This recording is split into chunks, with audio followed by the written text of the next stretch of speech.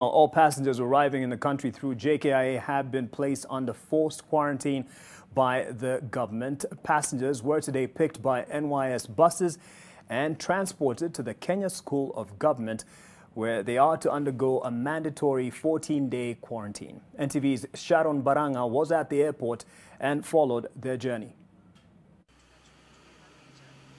These passengers covered thousands of miles before arriving into the country with hopes of being reunited with their loved ones. But when they touched down, it wasn't the usual arrivals procedure. They were informed they were being taken for quarantine before they were allowed to interact with people in the country.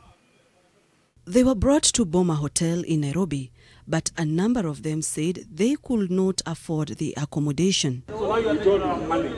Then what do I do then? Yeah, we don't have money. The government cannot start with our pockets. Yes. We don't have money.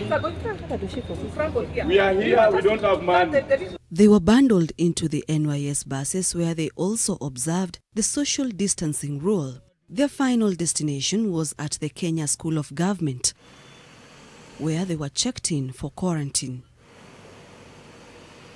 The government announced a raft of measures to be taken into consideration if the country is to curb the spread of coronavirus. The people who just landed into the country will be guests of the Kenya School of Government for the next 2 weeks, where they will be closely observed. These are people who came into the country without a plan to spend money in a hotel.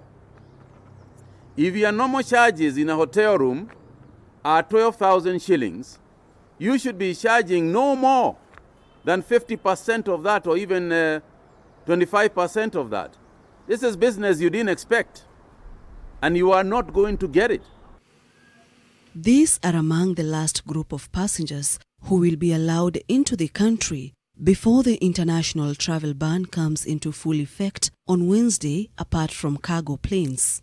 Kenya Airways will now fly domestic routes as it moves to adhere to the international flights ban imposed by the government on Sunday.